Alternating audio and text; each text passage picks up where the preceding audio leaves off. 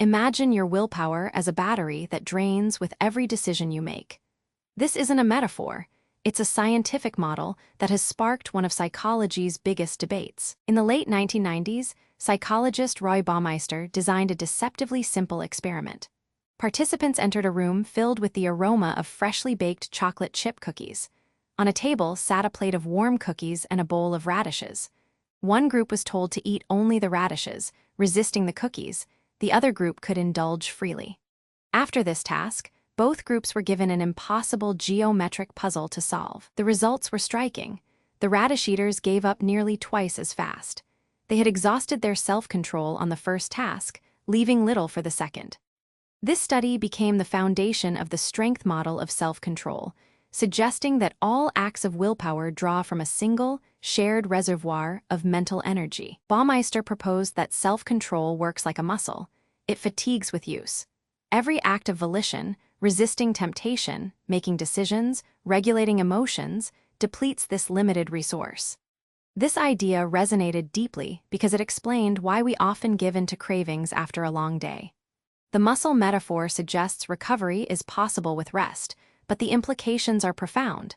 If you've been fighting urges all day, your ability to resist the next temptation is compromised. This model shifted the conversation from moral failing to biological limitation, offering a compassionate lens through which to view our lapses in discipline. What fuels this mental muscle? In 2007, researcher Matthew Galliot and colleagues proposed that the answer is glucose, the brain's primary energy source. Their study found that participants who performed demanding self-control tasks showed a drop in blood glucose levels. Replenishing glucose with a sugary drink restored their ability to exert self-control, while a placebo did not. This was explosive.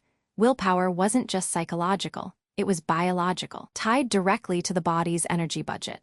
If you're hungry, tired, or stressed, your ability to resist temptation is compromised, not because you're weak, but because your brain is literally running out of fuel. For nearly 2 decades, the ego depletion model was gospel. But then came the replication crisis.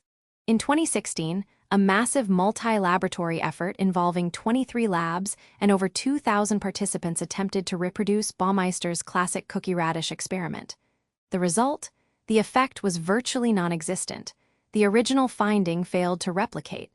This sent shockwaves through psychology. Critics argued that the original studies suffered from small sample sizes and publication bias. Some suggested that demand characteristics, participants guessing the hypothesis, had skewed the results. The foundation of the strength model suddenly seemed shaky. Enter Carol Dweck, a psychologist known for her work on growth mindset. In 2013, she and her colleagues proposed an alternative. Willpower is only limited if you believe it is. Their study found that participants who viewed willpower as a finite resource showed depletion effects, while those who saw it as abundant did not. This suggests that motivation and belief play a powerful role. If you think your willpower is draining, it will. But if you see it as renewable, you may find reserves you didn't know you had. This challenges the idea of a fixed battery and opens the door to a more flexible understanding of self-control. So where does the science stand today? A 2018 meta-analysis by Dang and colleagues re-examined the entire body of evidence, including the failed replications. They found that while the effect is smaller than originally claimed, it is still statistically significant, but only under certain conditions. Depletion is most likely when the initial task is demanding and prolonged. The second task is also effortful, and the participant is tired, hungry, or unmotivated. In other words, willpower isn't a simple battery that drains uniformly. It's a complex system influenced by context, biology, and mindset. The debate continues, but one thing is clear.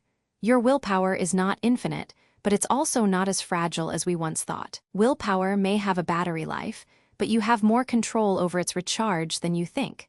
Understanding your limits is the first step to working with them.